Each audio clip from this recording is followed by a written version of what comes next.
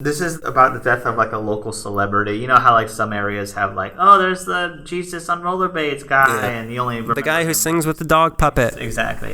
This happened in 1964, June of 1964, on a Saturday. It was the death of Pigeon Lady of Pershing Square, as she was known. She was murdered at the Cecil. She was a 65-year-old woman. Her name was Goldie Osgood. She was strangled, stabbed, and raped in her room. Okay. Osgood was known as an incredibly friendly woman who would often be seen feeding the smaller birds at Pershing Square, those who struggled to forage for themselves. She would also scare away larger birds, which threatened her favorite little birds. I would be angry if I was You get out of here, big bird. I like little birds.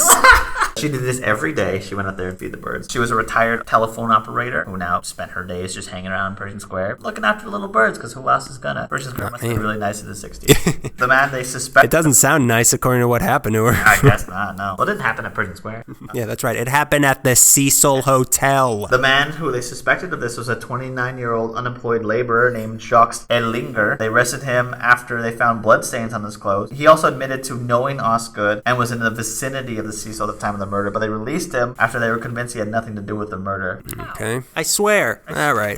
Well, he swore on God. So they think whoever the killer was the same man who killed another woman in a nearby hotel a year earlier, a 50-year-old woman named Viva Brown, who was from Oakland. Osgood was found by a hotel employee who was distributing phone books. The room was ransacked and some stuff was taken. Beside her bed was a paper bag of feed and a Dodgers cap. Dodgers fan. Huh? That's just horrible. Many of her friends came out to pay tribute at the Pershing Square. They laid flowers down for her, which the birds probably picked at. The killer of the Pigeon Lady and Viva Brown was never found. They never found out who did that.